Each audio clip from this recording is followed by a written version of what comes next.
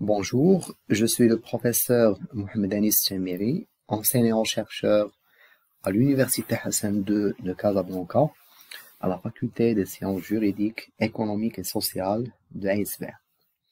Je suis chargé de l'élément gestion financière au profit des étudiants du groupe C, troisième année bien sûr, licence fondamentale, parcours économie et gestion au titre de l'année universitaire 2020-2021.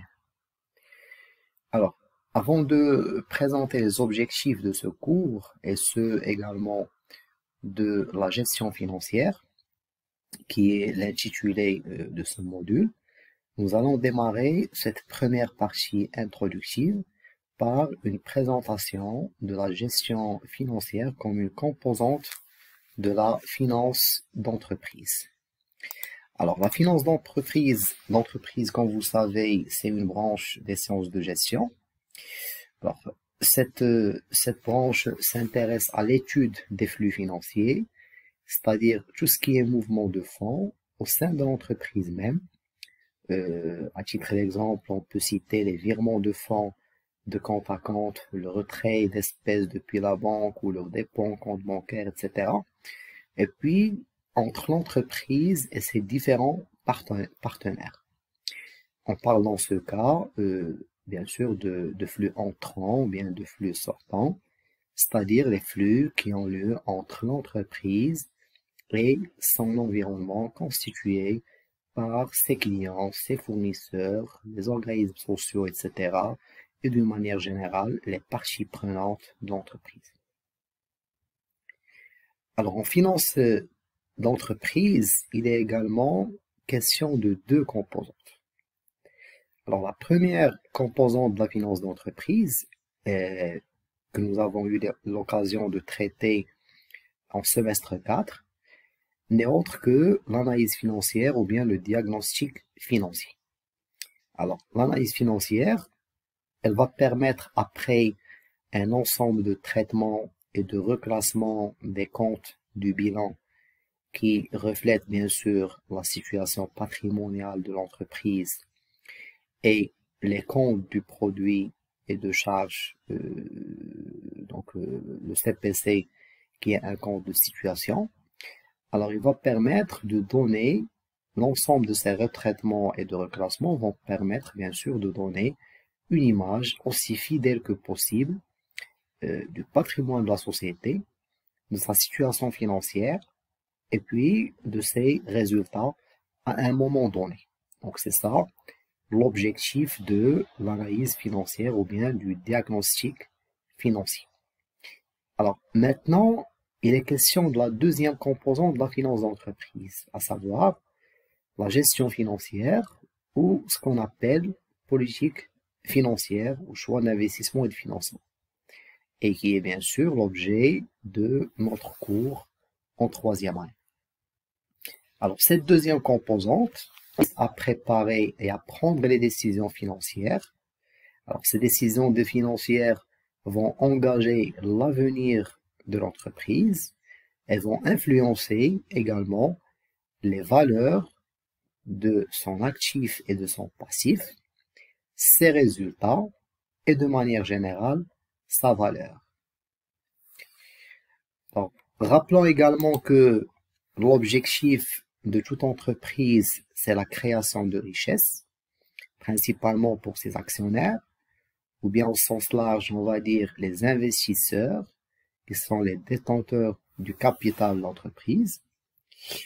Pour ce faire, l'entreprise aura besoin, bien sûr, d'acquérir des actifs réels. Qu'est-ce qu'on entend par actifs réels? C'est tout simplement les immobilisations corporelles. Par exemple, l'entreprise va acheter une camionnette ou tout simplement un matériel de transport, également un matériel et outillage, une machine et des équipements, etc. Alors là, on parle de l'investissement ou bien une notion en comptabilité qui est l'emploi. C'est la notion d'emploi.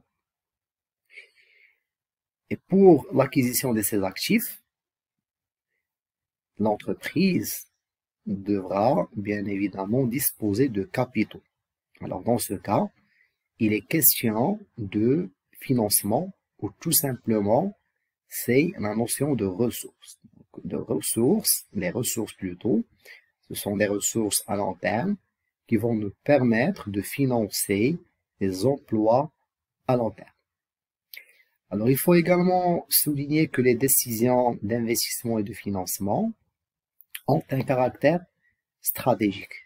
Alors, pourquoi ces décisions ont un caractère stratégique? Alors, tout simplement parce qu'elles sont prises aujourd'hui, elles vont engager le devenir de l'entreprise à long terme. Et tout ce qui est à long terme, bien sûr, ça relève, ou bien il est doté d'un caractère stratégique et donc justement, les décisions d'investissement et de financement qui ont ce caractère parce qu'ils vont engager l'entreprise sur le long terme. Alors, ces décisions, pour les prendre, il faut tenir compte de pas mal d'éléments. Alors, d'abord, les contraintes externes. Ces contraintes sont liées principalement à l'environnement économique de l'entreprise et sur lesquels l'entreprise n'a aucun contrôle. Ce sont des facteurs de risque. On aura également l'occasion de traiter les facteurs de risque. Alors, ces risques sont principalement économiques et qu'il convient de prendre en considération dans les décisions d'investissement et de financement. À titre d'exemple, lorsqu'on veut prévoir un chiffre d'affaires, on doit tenir compte aussi bien de la demande, mais également de la conjoncture économique. Est-ce qu'elle sera favorable ou défavorable pour la réalisation d'un chiffre d'affaires donné? On doit également tenir compte du niveau de développement des marchés financiers. Pourquoi on doit tenir compte du développement des marchés financiers? Bien, tout simplement parce que l'entreprise aura besoin de moyens de financement et pour les avoir, elle va recourir au marché financier. Donc, elle doit tenir compte du développement du marché financier pour trouver et accéder au financement qu'il faut pour financer bien sûr l'acquisition des actifs réels à moindre coût. Et puis, un dernier élément qui doit être pris en considération dans les décisions d'investissement et de financement, à savoir les considérations d'ordre juridique et fiscal. Un simple exemple, la forme juridique de la société ou encore son lieu d'implantation vont lui donner peut-être un avantage fiscal.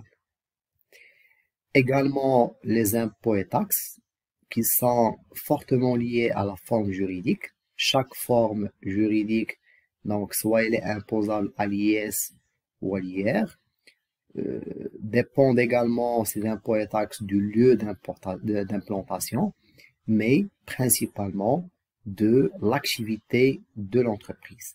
Alors, toutes ces considérations doivent être donc retenues lors des décisions d'investissement et de financement. Un point également qui est très important et qu'il convient de souligner dans cette introduction, c'est que l'investissement doit permettre une création durable de la valeur. Alors, étant donné que les actionnaires ou les investisseurs au sens large cherchent à accumuler de la richesse, et le financement doit également se faire d'une manière optimale pour permettre à l'entreprise de disposer des ressources qu'il faut pour couvrir, toujours à moindre coût, les besoins liés au développement de son activité et à sa croissance, mais tout en assurant son autonomie financière et son équilibre financier afin de préserver sa pérennité. L'autonomie financière et surtout son équilibre financier, c'est un déterminant de la pérennité de l'entreprise et de sa survie. Alors, rappelons également les mécanismes du circuit financier d'une entreprise qui obéissent à une logique fonctionnelle. Ça veut dire que on va décortiquer l'entreprise en trois principales fonctions. Alors, la première fonction, c'est la fonction d'investissement. Pour exercer son activité, l'entreprise doit disposer de moyens qu'elle va détenir à long terme. Alors, on parle dans ce cas de l'actif immobilisé. Nous avons donné pas mal d'exemples tout à l'heure. Alors, d'autres exemples, terrain, construction, un outil productif, etc. Donc, lorsqu'on parle d'investissement, on parle de l'acquisition d'immobilisation. La deuxième fonction n'est autre que la fonction de financement. Alors, en effet, pour financer ces actifs à long terme, c'est-à-dire l'actif immobilisé, alors, l'entreprise doit disposer de ressources qu'elle détiendra pour le long terme. Alors, c'est la règle d'or. Les ressources à long terme doivent permettre de financer les emplois à long terme. Enfin, une dernière fonction, c'est la fonction d'exploitation. C'est, si vous voulez, c'est le bas du bilan, alors que la fonction donc investissement et financement, c'est le haut du bilan. La fonction d'exploitation, alors lorsque l'entreprise dispose des moyens, donc des actifs qui lui sont indispensables pour exercer son activité, elle va devoir passer au financement de cette activité au quotidien, donc financement par exemple de l'acquisition des stocks de marchandises, de matières premières, etc., qui seront intégrés dans son processus commercial et de production, ou encore pour l'octroi de crédit à ses clients, en accordant bien sûr des délais de paiement, etc. Alors, l'entreprise doit donc être en mesure de financer ses besoins d'exploitation, notamment grâce à l'excédent des ressources stables sur les emplois stables, ou bien ce qu'on appelle en finance d'entreprise tout simplement le fonds de roulement, alors sans avoir bien sûr à attendre l'encaissement de ses créances. L'entreprise devra donc trouver des financements à court terme qui sont capables de couvrir son besoin de financement à court terme. Les ressources à court terme, cette fois-ci, vont permettre de financer les emplois à court terme.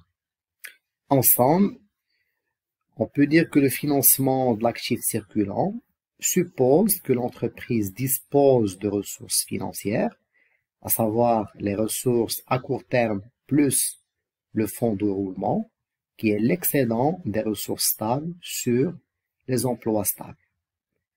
Alors, ces ressources financières doivent être suffisantes pour financer donc le besoin au quotidien. L'entreprise doit également disposer de ressources financières mobilisables immédiatement, c'est-à-dire des liquidités, afin de couvrir ses dépenses de fonctionnement quotidien. Alors, ces besoins de financement à très court terme représentent ce qu'on appelle la trésorerie nette, qui est la différence entre la trésorerie active et la trésorerie passive, ou le fonds de roulement et le besoin en fonds de roulement, la différence entre les deux. Alors, la trésorerie nette correspond tout simplement à la part des ressources financières dont dispose l'entreprise et qui n'a été utilisée ni pour l'acquisition des immobilisations, ni pour le financement de l'actif circulant. Merci de votre attention et rendez-vous à la prochaine vidéo.